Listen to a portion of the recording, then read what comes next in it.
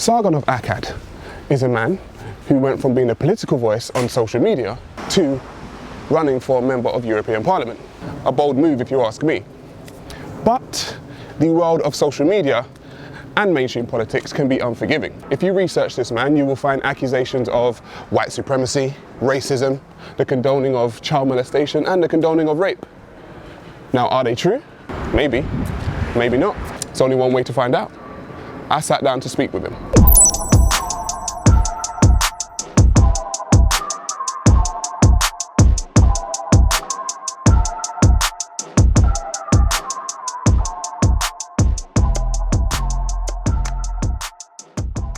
Carl Benjamin, aka Sargon of Akkad, thank you for joining me. My pleasure. Now, according to the internet, you are a white supremacist. Yes.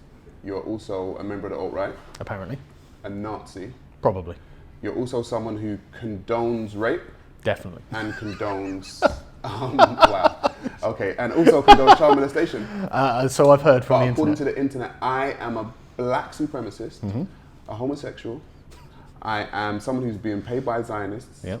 Islamophobe and a hate preacher. Ooh. But on my side, none of those are true. Well, on my side, none of those are true too. Really? Yeah, I hate to say it. I'm actually a lot more boring. I'm just an English liberal. I'm a husband, a father, and a concerned citizen who runs a YouTube channel. So when you say a liberal in what sense? Oh, like a traditional sort of classical liberal. You know, the sort of Enlightenment philosophy that came out of England and caused the American Revolution. So why are people saying that you are? Why do you think people are saying you're a white supremacist or a... Because I'm spending a lot of my time calling out communism. And our country's kind of been taken over by communists at this point. Communists? Yeah. Well, all you hear is talk of equality.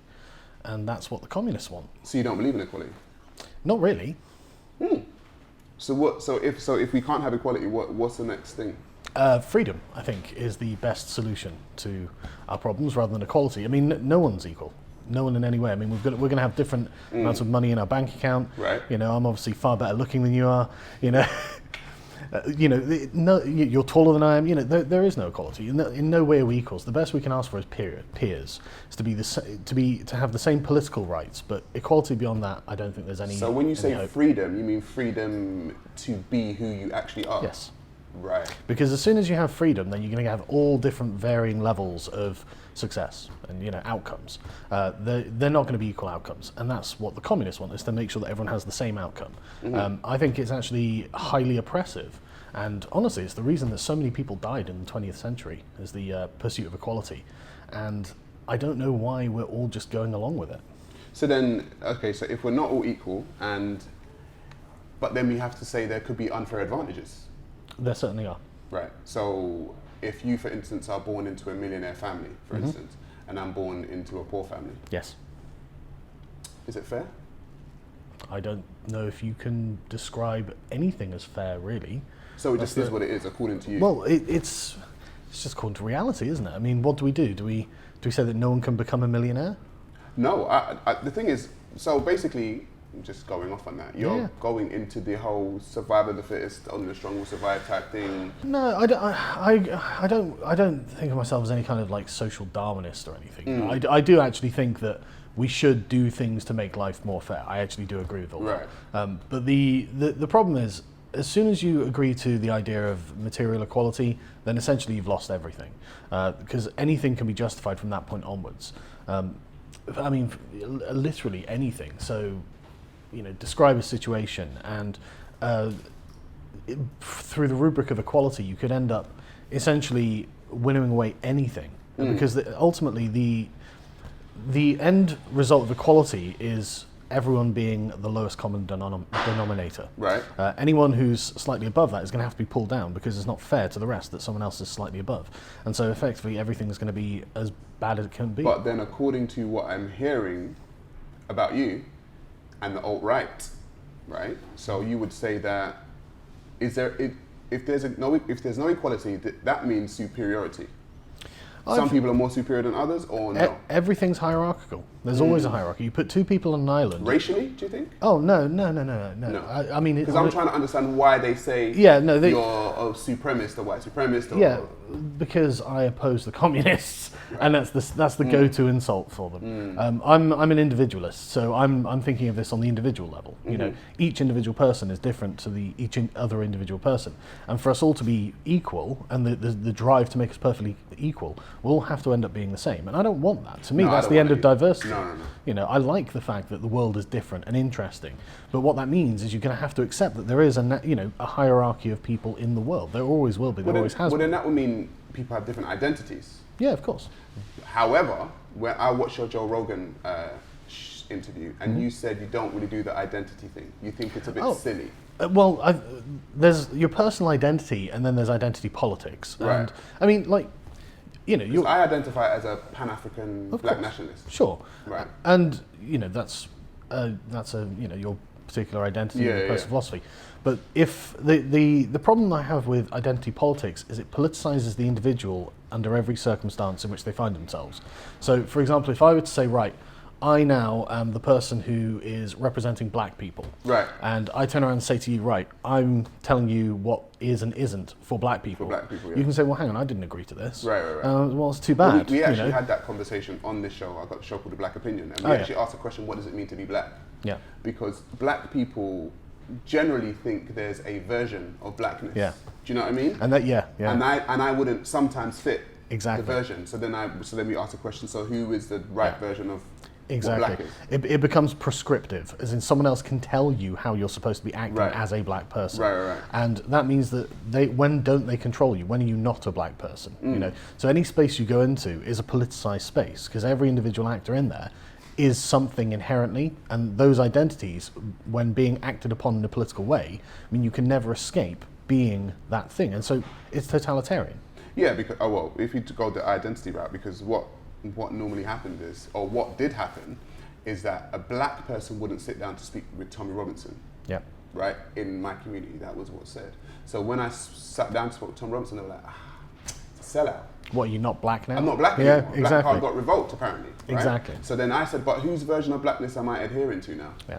And so this is why I don't like identity politics, because it is an oppressive form of politics, and frankly, it's the same sort of politics that the Nazis used. You know, it is fascist, though. Absolutely. Yeah, it's fascist. Absolutely, there's no question of it. And the people always say, well, isn't all politics identity politics? No, the alternative is party politics, where you choose to self-associate with a political party. So if you join the Conservative Party, I could, and if I joined the Labour Party, then we could have a conversation on political lines. But you could say, you know what, I'm leaving the Conservative Party, and I'd be like, okay, well, there we go. You know, that's you've had the choice to self-associate in the way that you want to engage politically or not, as the case may be. You might not want to be a political person and just get on with your private life. You know, the thing is, for my identity as being a black nationalist was kind of born out of seeing the social condition of black people globally. So you know, when I looked at the social condition and economic condition of black people globally, I did find that black people are at the bottom of the social economic ladder globally. So what I find is, and this is the reason why I formed this identity for myself, and it was because generally when people find themselves either oppressed or, you know, under someone else's, you know, rule or something, they generally band together. Yeah. So, you know, women did it with feminism. You know, I don't know what the feminism today is, but they generally done it. You know, they were like, oh, we're oppressed, we need to band together and do something. So that's the reason why I banded together.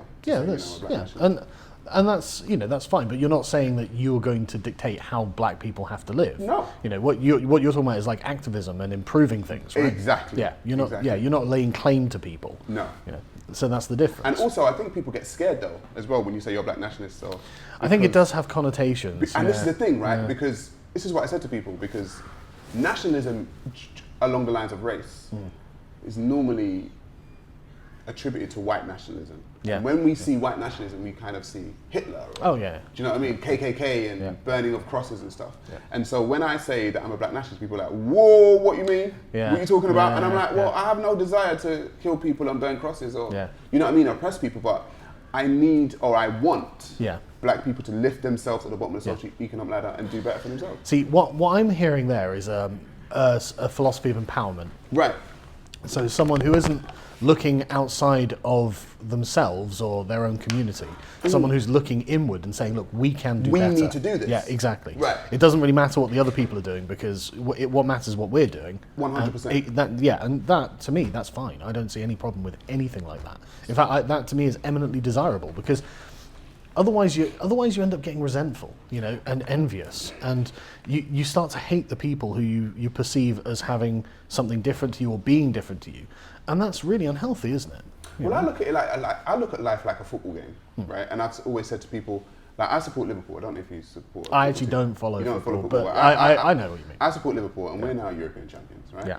And in the Champions League final, we were playing Tottenham, and I said, if life is like a game, you back your team. Yeah. If you choose your team, you back your team. I don't hate Tottenham. I didn't want Tottenham to die. Do you know what I mean? I didn't want to kill the manager. I didn't want to take the players out, but I'm going to back Liverpool. Not only that, you need Tottenham to have a game. Right. The very fact that you oppose them validates their existence, because otherwise, without them, who are you opposing? How are you even playing the game? You can't play the game if Tottenham don't exist. So it's not that you want to eradicate Tottenham or something. No. But you're not them. That's we're not them. We need to back our team, and if we lost, we'd go away. We'd buy some more players. You know what I mean? No. We'd make ourselves better and come back the next year. And But what I find really interesting about this analogy is that if there was something about Tottenham that if they could make some persuading argument, say, hey, why don't you actually, our team's better for X reasons? Yeah. You could change. You're not just boxed in. You can actually change that. No. That's a healthy way of viewing the world, in my opinion. I mean, for me, if I don't I sit down. I like to have conversations with people who are. Their mind does go X, Y, and Z, and they're not boxed in. Because even though I know that's my politics, I can still sit down to talk to anyone. Yeah. It doesn't matter. I don't see people as a threat. Oh my God, I can't speak to that person. Blah, blah, blah. And a lot of people, I would say, within my community, do see that. It's like, oh, you can't talk to that person. It's like, why?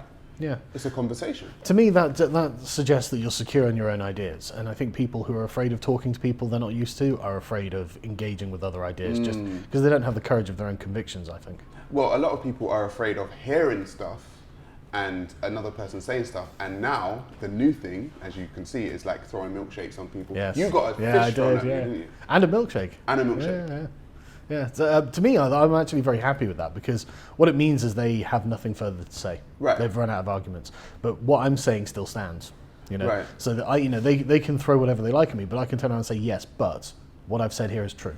And but do you think that's a generation that we're raising, though? Are we raising a generation of people that can't actually hold a conversation and get really emotional and then just like lose it? Absolutely. And it's totally encouraged by the media, by the political institutions. I mean, that's what hate speech laws are. I mean, like, racism is an opinion. Exactly. Who cares about someone's opinion? We'll get onto that. Yeah, but this is the point. Like if someone would say something racist, how you handle that is completely down to you. Right. And I mean, I think that racism is dumb. I think that it's a silly thing. It's not descriptive of the world, because each individual is different. Each race has a completely broad spectrum of different kinds of people. Yeah. So you can't make a generalization about a single race. On sort of innate characteristics. That different cultures do that. Absolutely, there are. Absolutely, there are. Each culture has characteristics, but that doesn't mean each individual follows these characteristics or like sort of cultural norms, And so it is silly to just blanket every black person is this, every white person is that. It's not true. Well, I know feminists that call themselves feminists, right? And this is what confuses me, because I'll say, well, I believe that this modern day feminism is like masculating women, emasculating men, effeminizing men.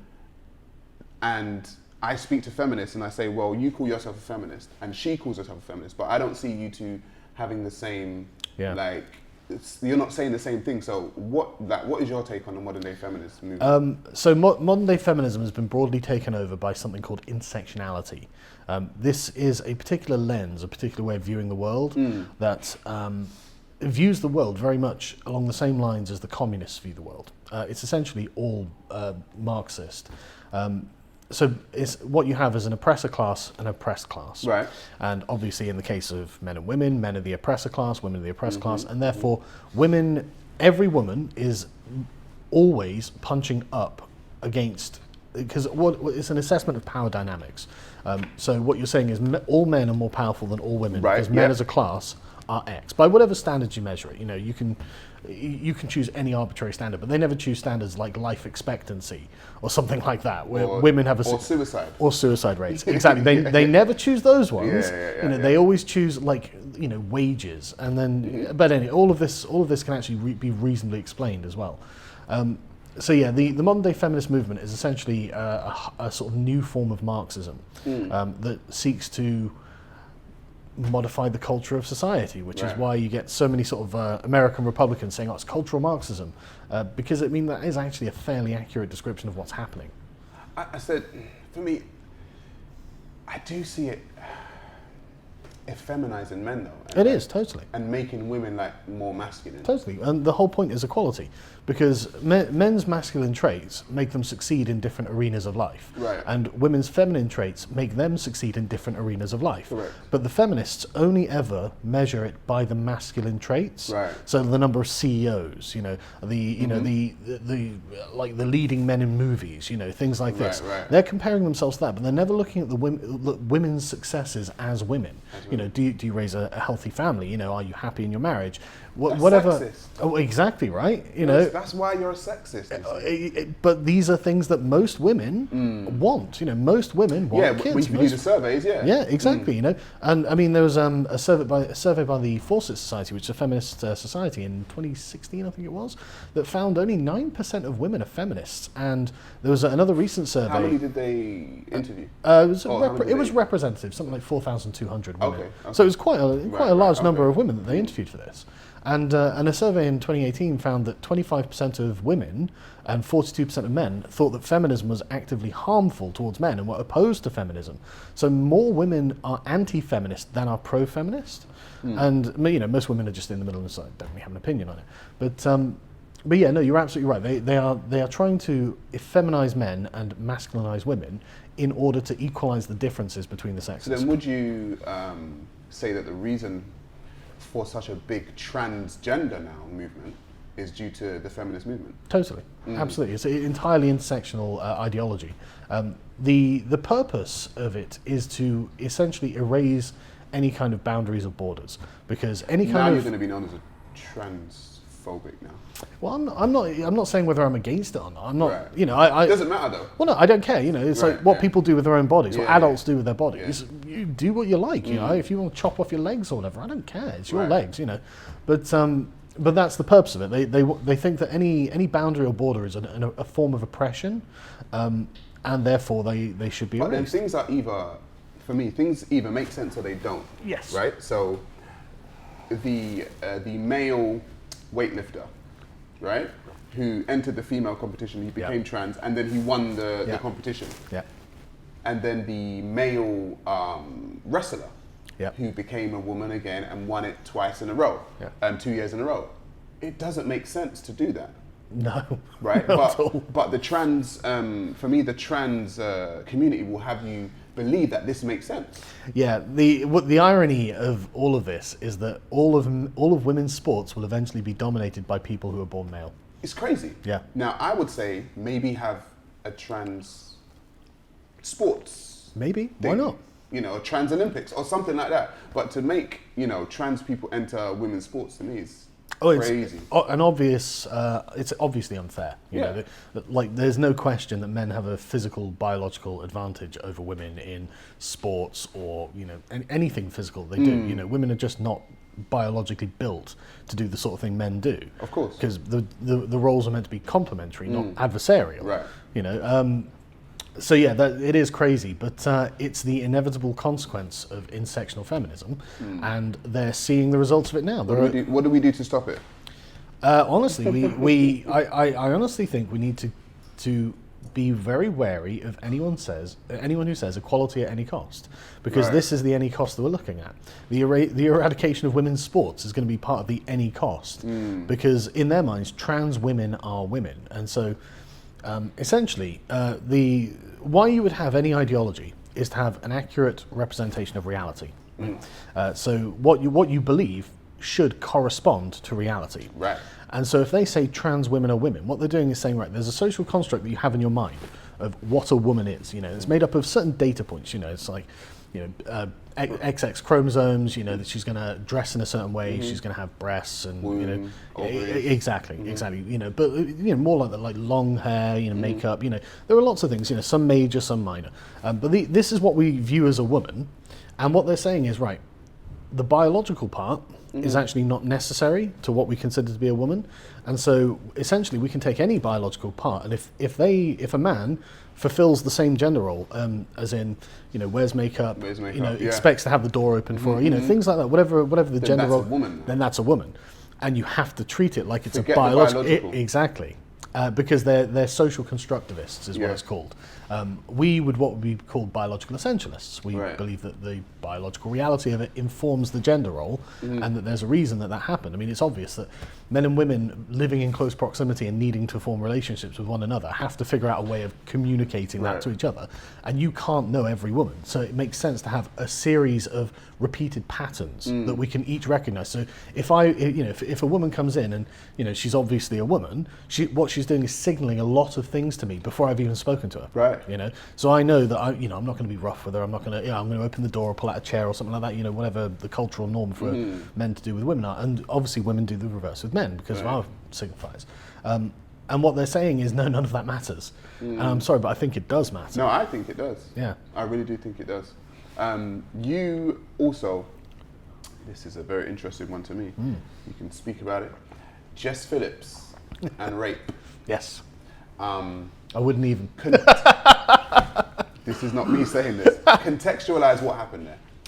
Right, so essentially there's been this long-running beef between me and Jess Phillips. Right, who is Jess Phillips? Jess Phillips is the Labour MP for Birmingham Yardley. Right. She's a radical socialist and a radical feminist, which means that she seems to hate men and she seems to hate anyone who owns anything. She said, "Are you a rapist?" No. Okay.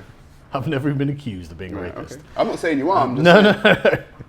No. The problem that Jess has is essentially a series of word games and jokes that she's decided that she can take literally, and just media smears and whatnot. So it's a complicated back and forth basically. But I've spent time criticizing her ideology, and she's offended, and now she's upset. So why did you use the term rape? Because I knew it would offend her.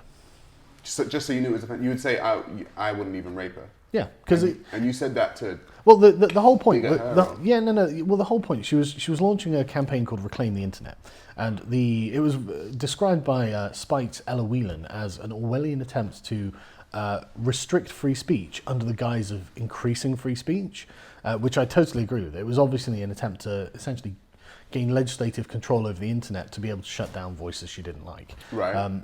This was done under the guise of her getting lots of rape threats, but I mean, she's never shown any of these, so we're just going to take a word. So she would tell people that she's getting rape threats. Yeah. Right. Okay. But I mean, maybe she is. Who knows? But the point is, I knew that it didn't really matter what was said. I knew that if you said something that was the direct opposite of a threat, then that would be counted as one anyway. And so I said, I wouldn't even rape you. Now, the reason I did it in such an inflammatory way is because otherwise they'd just ignore me. There's no particular... that's an inflammatory statement. Absolutely, and on purpose. But the point of it is to make sure that they're aware that I'm saying Would you do it again? Yeah, probably. Wow. Well, I needed the response. Because the thing is, like, she had me blocked on Twitter, so it was like, because in why this would you world, care? in the world we're living in, like, rape jokes don't do well. No, they don't. But that's okay. The important thing is that they recognise that there is opposition to what they're doing. Because otherwise I've got no particular way of compelling them to even recognise that I exist. Let alone accept that there's opposition to the feminist stuff she's doing, the censorship she's trying to do, the socialism she wants. Because she's an MP and I'm just some guy on the internet. And not anymore. You're member of European Parliament. Well, I ran for it. I didn't. You win. ran, yeah, I'm saying, but you ran for member of European Parliament. Yeah, that's true. But the point is, I had to make them recognise that there was something on the other side of this. And what you cannot say is that that's a threat. You can say it's insulting, which it is. Right. It's effectively me calling her ugly, which I'm not making a comment on. But the whole point. For a controversial individual. The whole point was to get them to recognise there was something there, which they did, and proved my point by saying, well, these are threats. No, these are not threats. You can't say that's a threat. You can say that it's highly offensive, but you can't say it's a threat. So do you feel like, okay, so from the internet dude, right, the internet guy, to European politics, it seems like you tried to bridge a gap between, online, political stuff to actual politics. Yeah. When you stepped into that world, how did they treat you? Oh, they've treated me badly for years. Right. I mean, the thing is, the press is entirely complicit in this agenda, the same agenda that Jess Phillips has, which is why she has so much sympathetic press coverage. Because if you look at, you say I'm controversial, but she's highly controversial. She's a highly divisive person. She parades around on Twitter calling herself a bitch, and denouncing all of her political opponents and all this sort of stuff. She says she'll knife Jeremy Corbyn in the front and that she was raised to hate the Tories and things like that. So it's not like she's, some angel or something. But yeah, she gets very sympathetic press coverage because she is a feminist and a socialist, and because our media is very, very, very left-wing. I agree. Yes, and the politics in this country in general is quite left-wing. I mean, when Dominic Raab said, I'm not a feminist, I mean, of course he's not, he's a conservative. Why the hell would we? But 8 conservatives stood up and said, we're feminists. Like, you're Marxists. What are you doing? How are you? Exactly, that should be the antithesis of what you are, and yet you're claiming it anyway. So when you were running for, member of European Parliament, for me, member of European Parliament, and look at European Parliament, if I look at it now, in Europe, the politics of immigration seems like a very big thing.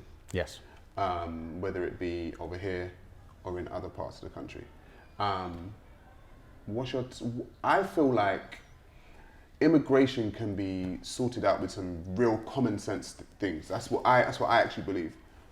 How would you deal with immigration? Well, tell me what you think common sense solutions could be. So first of all, it's layered, but first of all, letting people into the country unchecked is a bit stupid. It's ridiculous. In my opinion. Not having a cap as well on the amount of people that can come into your country and exactly what they're going to be doing in your country and what they're going to be contributing to your country doesn't make any sense to me. And so, like I said, to me, it's common sense stuff. Yeah. Also, I'm going to say probably on a controversial thing, Great Britain, let's say, declared war, okay, or went to war with a few Muslim countries, right? Syria, Afghanistan, Iraq. For me, I think Pakistan would be a more pertinent country for that. Well, that too. Yeah. But my thing is, for me, war is war if you're going to war. Of course. Right? I'm not going to go. I don't do semi-skimmed war or diet war. If I'm at war with you, I'm at war with you, right? But what it seems like the British government did is go to war in these countries and then allow the migrants of these countries to come to this country. And I'm just saying, on a total just a war strategy, I'm like, so now you're letting in the people who you bombed. Could it be they could be plotting and scheming against you once they come here? I would say, yes, it would make sense for them to do that. Well, judging by the number of terror attacks that have been foiled. Yeah, absolutely. There certainly are people who believe that. Now, I mean, that's obviously not all of these communities. Right, yeah. But the Lee Rigby killer, for example, used the events in the Middle East exactly as the justification. So there's no question that there are some people who think that, at least.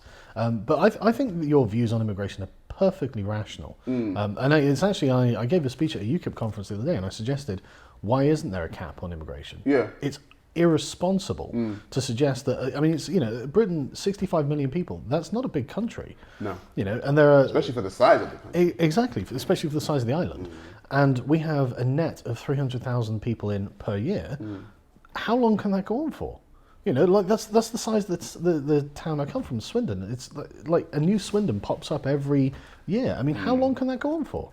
Well, the thing is, it's also on let's juxtapose it and look at it like immigration, because my grandparents were of the Windrush generation, right? So, but they were asked to come here. Yeah. Right. The Windrush generation were asked to come here because the country needed, workers for X, Y, and Z. And my grandfather and my grandmother came here and they worked their asses off. They didn't scrounge, they got their, they bought their house. Then they had like 4 children. Yeah. My mother being one of them, right?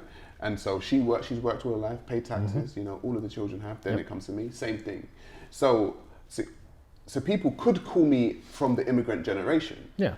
However, I don't see myself the same as an immigrant that's just seeking asylum. Yeah. So do you know what I mean? So it's I don't think you would be considered that way. I mean, I'm British, you know, born. Do you know what I mean? But it's like that type of immigration. Yeah. Versus this type of immigration. Yeah. It's just crazy. Well, I mean, you know, you don't have allegiance to another country, do you? No. You know, this is the country you're born and bred in. You know. However, you know, I want to see Africa, you know, do well. Yeah, I mean, you know, there's nothing wrong with that. But like, you're not going to defect to another country or something. No, I'm not going to be like, you know, kill British people. Well, of course. I mean, my grandfather was actually the same. He came from St Helena, which is an island off the coast of Africa. Right. Came over, I think it was during World War II. To become a farmer because we needed the labour. Right. And then like the same, he had 6 kids. You know, lived in council houses and caravans. You know, and they worked hard. My dad joined the RAF, and you know, that's how I came into being.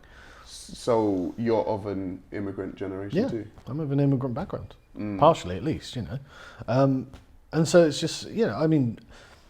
I just, you know, for me, these are part of the Commonwealth, you know, so it was... Yeah, that's what we were, that's when my grandfather and my grandmother were asked to come here, they were part of the Commonwealth. They were saying, Exactly, so I don't really see it as being necessarily separate to Britain, you know, really. It's all part of the same sort of cultural tapestry, isn't it? I would think so. I would say so. Yeah. But then this is and this is the only thing though, like it brings into the racism debate because when they came here, as much as they were asked to come here, okay, so they had to deal with like really staunch racism. Yeah, so did my dad. They had to deal with like the Teddy Boys and you know, skinheads and BNP and stuff like this. Yeah, so, racism is something that I speak about quite a bit, right? And you know, I listened to what you said about racism once, and you said something. Correct me if I'm wrong, but something along the lines of there are people that believe that racism is like prejudice plus power. That's the intersectional view of racism. Right. But I'm one of the people that believe that prejudice plus power is racism. Well, it certainly could be. You know, that's what I would describe as institutional racism. Correct. So, you know, it's like you actually have institutional power, but that's not, I think, the way the intersectionals see it. They view things in sort of racial power blocks. So they won't look at say the procedures of an institution. So if an institution says, right, we're not going to hire black people, we're only going to hire white people. That's obvious, you know, prejudice, power. That's obvious institutional racism. But that's not the way that the intersectionals see it. They just see is an institution like, you know, whatever institution, any university, you know, they'll be hiring on the basis of grades. Right. They'd consider that racist because, you know, they'll say, oh, there are more white people than black people in this institution, therefore the institution's racist, even though, you know, you can go through each step of the process and there's no racism involved, you know, but they'd still say, well, this is racist. By the grades. Well, yeah, exactly. They, you know, they're doing it in a fair way, but they'll say, well, the outcome's unfair, therefore racism. And I don't agree that that's racism. You know, I think that's other factors. The thing is, I think racism and racist are one of the most overly used terms right now in this modern day age. Because everyone's a racist. Apparently, right? But I do think that race prejudice is something different from racism. Like, I actually believe that everyone can be race prejudiced. So I could say, I don't like white people because of X. You could say, you don't like black people because of X, or I don't like China. And people say, oh, that's racist. And I would say, that's prejudging somebody based on their race. It's a racial prejudice. Well, that's normally what racism means, is prejudice on the basis of race. But then racism, like I said, but racism institutionally, right, I would say is obviously the power plus. Yeah. Actual, I think that's a fair distinction. But this is why I say, like, racism itself, I mean, it's just an opinion. It is. Because if I said I don't like Chinese people, I always say, what happened? Yeah, exactly. Nothing actually happened. Yeah, exactly. But then if I said I've got an army, and I don't like Chinese people, then I could go to war and try and kill them all. Or if you're hiring for jobs or something, you say, well, just no Chinese people. Which is a different type. Exactly, you know, but there is, you know, that to me, that would be an actual problem, you know, institutional prejudice that way. But it happens. Well, I mean, it does, but like, it's much, I mean, how much really though? Well, I mean, it's only, how how long ago did Bernard Hogan Howe say about the police being institutionally racist? I don't know. You know, there are many reports of institutional racism within the police force. Yeah. Now, being from the black community, we have a lot of people that I know do not like the police. Right. Because of, now you have to look at the historical racism now. You can look at the Brixton riots, you know what I mean? You can look at the sus laws, we can look at, you know, how the police used to treat black people when they, like the immigrant generation, when they first came here. Yeah. So there's been a huge distrust built between, let's say, the black community, and even over here, and even in America. Oh yeah, especially in America. In America, the distrust for the police by black people over there is crazy. Yeah. But then, I would say, this is very interesting. So in 2009, quote me, as a matter of fact, quote me. Go on documentcloud.org, right, and look at this document. There is a document from the FBI investigating white supremacist neo-Nazi gangs infiltrating the police force. Oh, right. It's an FBI investigation. And this is what they were investigating. So, you know, they're not going to investigate it if it's not happening. Oh, yeah. Right? So then, when I looked at this document, I was like, whoa, okay. Well, if we see a lot of unarmed black guys or whatever being shot or black people being treated a certain way, I'm not saying all police are neo-Nazi, but I'm saying there was an investigation being done. So we can kind of link them, or at least see, okay, maybe this could be. There certainly will be attempts at infiltration by these groups. Right. There certainly will be. In 2015, I think it was the New York Times made a very comprehensive list of every single. Was it black or was it just non-white? I think it was black. Oh no, I think it was every single person actually who was shot by the police in that year. It's going to be mostly white people, just by numbers. Well, yeah, exactly. Just by the numbers it was. But it was 996, I think it was, shootings by police, fatal encounters with the police. And, I mean, I just went through them all and just read their reasons.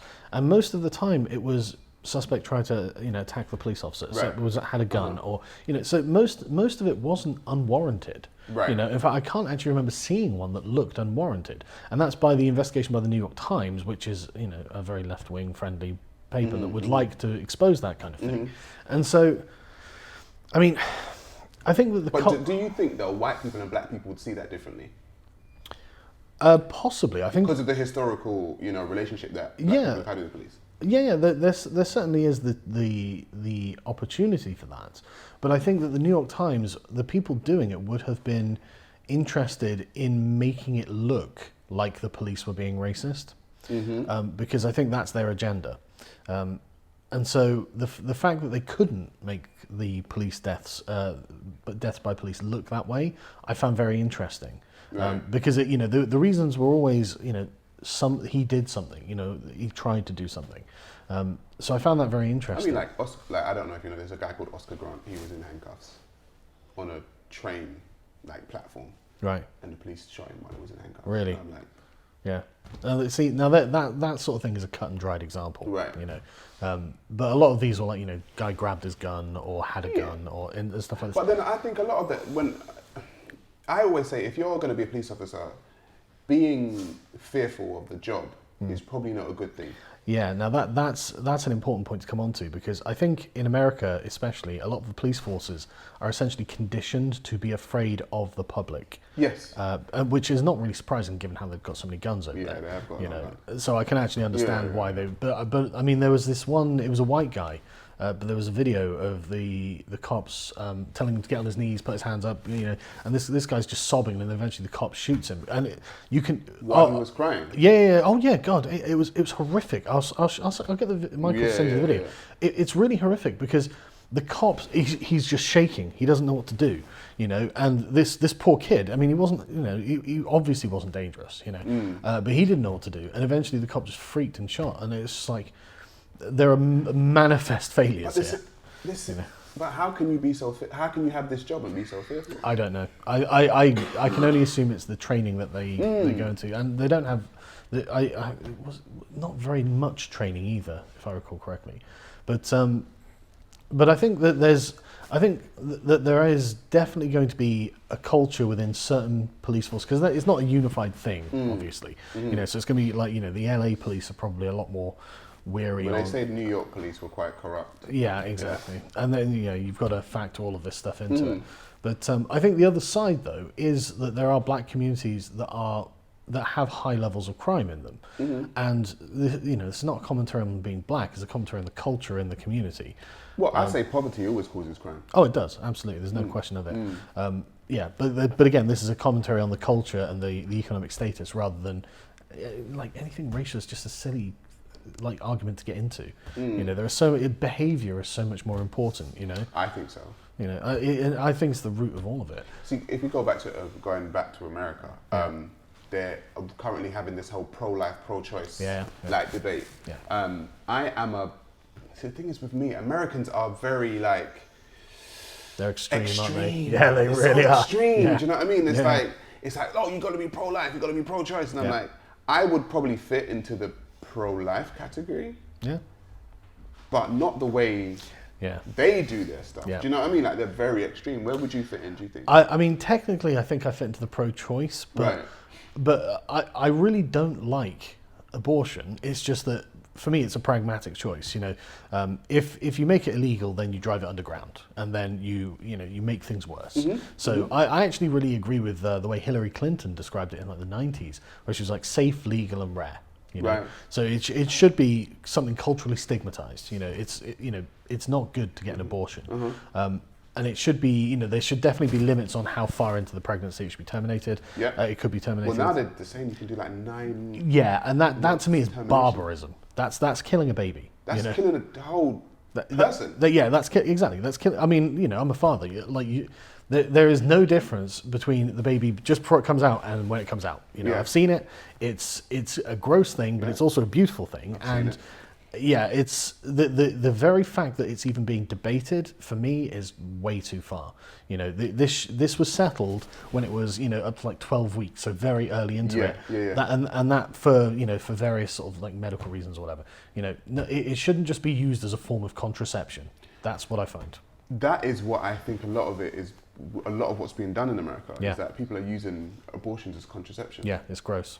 It's really gross. And I always said, I look at things from a black perspective. I speak to black people. I say it was in 2017 in New York. Yeah. More black babies were aborted than were given birth to. Yeah. Right. And I looked at that and I was like, what? And then if you look at someone like Margaret Sanger, the founder of Planned Parenthood, she was a eugenicist. Massive racist. She was a massive racist. She really hated black people, and and black people go to Planned Parenthood to do this. So this was her plan, and it worked. And it's really awful, really awful. It's well, they set up the Planned Parenthood within the ethnic minority, within their neighborhoods, etc., etc. But it's just for me, I have to talk to black people and I say, well, I said again, we need to do better than this. Because this whole, you can't speak to me about Black Lives Mattering. And you're killing your babies. I don't accept that. Personally, I don't accept it. With that kind of rate of abortion, man, it's crazy. Yeah. I don't. And I think that the way you say black people need to do better. I think what you're speaking to is having standards. It's 100%. Everyone should have standards, and 100%. I think these communities are falling very far below what we probably agree should be the standard. Right. And I agree with you. Did you speak about the stuff with Candace Owens also? Because I like her. I mean, she advocates a lot for black. For the black empowerment community. again. Empowerment. I like the term victim mentality that she used, not victim mentality. I love that because that's how I view the world. It's look, you cannot rely on anyone else to get something done. You've got to get it done. You have to be the guy who does it. And she's totally on point with that message. Well, in America also, black people are they're asking for reparations. Yeah. Right? And so this is my standard speech about reparations. Yeah. If you ask me, do black people deserve reparations? I'll tell you yes. You ask me, are they going to get it? I'd say no. They estimated the reparations were going to be to the tune of 17 trillion. Yeah. And I would say, well, realistically, what country? You're not getting that. What country is going to cripple their economy to 17 trillion? Yeah. No one's I don't see it happening. However, this is where a lot with me that I differ with a lot of the people within the quote unquote black community, right? Mm-hmm. Because the black community that I speak to speak a lot about reparations and and I say, you know what, I think cool, go and ask for it. I'm not telling you not to ask for it. I don't think you're gonna get it, but you can keep banging on the door if you want. But I've got stuff to do. I've got to try and build. I've got to try and build something. But and by the end of that, though, like say they do that for 10 years and you do your thing for 10 years, who's gonna have more money? Right. And I see it. It's getting a little bit too, for me, I don't want to use the word begging. I know what you mean, though. But it's like, listen, let's be honest. Now, if we're honest about it, we don't live in a morally, nice society. Or perfect, anyway. It's not perfect. Yeah. So if I would say America and Europe have no obligation morally to give this money. They don't. Yeah, no, I agree. They don't have it. So are they going to do it? Probably not. I would like to be proven wrong, though. Well, do you know what I mean? Like if they just said, "Oh yeah, $17 trillion, there you go, guys," and it's like, "Wow, I was wrong." I actually will wait for the cost to go past. Yeah. I actually have been thinking about this a lot, right? I'm not even sure it's desirable because, like, if you look at like all of the working class lottery winners, right? Right. People who don't have any money and then suddenly are given millions because they win the lottery. Every single time their lives they're not financially literate. No, they're not at all. Right. That's a great way of putting it. Right. Their lives are totally destroyed. Right. It destroys their relationships. The families break up. They end up homeless. They end up with no money.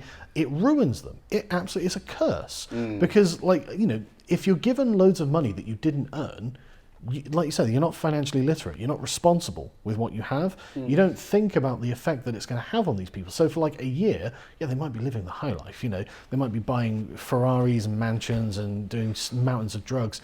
But then at the end of it, they realise they've got no money. They've made no investments, and they've made lots of enemies. I think it would work if there was an infrastructure ready for the money to be paid. Do you know what I mean? But I just think just actively just going and just giving everyone money I'm just like, I don't know. I think it would be bad. I think essentially.